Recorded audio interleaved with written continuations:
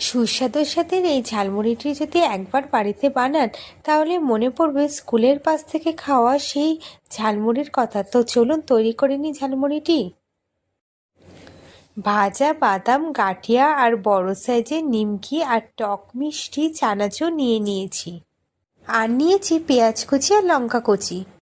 নিয়েছি তেঁতুল কোলা আর গোটা জিরে, ধনে, শুকনো লঙ্কা আর মৌরি ভেজে গুঁড়ো করে নিয়েছি। কড়াইতে সর্ষের তেল দিয়ে তার মধ্যে 1 চামচ তেঁতুল গোলা দিয়ে দিয়েছি। এর মধ্যে এবার ভাজা মশলা দিয়ে দিয়েছি। ভাজা মশলা দিয়ে ভালোভাবে নাড়াচাড়া করতে হবে যতক্ষণ না পর্যন্ত তেঁতুলের জলটা শুকাচ্ছে। এবার তেঁতুলের জল শুকিয়ে গেছে আর আমার মশলাটা তৈরি হয়ে গেছে। একটা বাটিতে মুড়ি নিয়ে নিয়েছি। এবার এগুলো আমি এর মধ্যে ঢেলে দেব। এবার মুড়িটি ভালোভাবে মেখে নিলাম আর কিছু কিছু এর মধ্যে নিমকি ভেঙে দিলাম। এটা করলে আরও স্বাদ ভালো হবে। মুড়ির মধ্যে এবার পেঁয়াজ কুচি আর লঙ্কা কুচিগুলি দিয়ে দেব। এবার ওই মশলাটা আমি মুড়ির মধ্যে দিয়ে দেব।